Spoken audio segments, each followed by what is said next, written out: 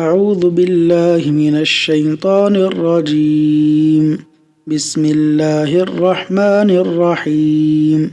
جنت کے 8 دروازے کھول دیے جائیں گے۔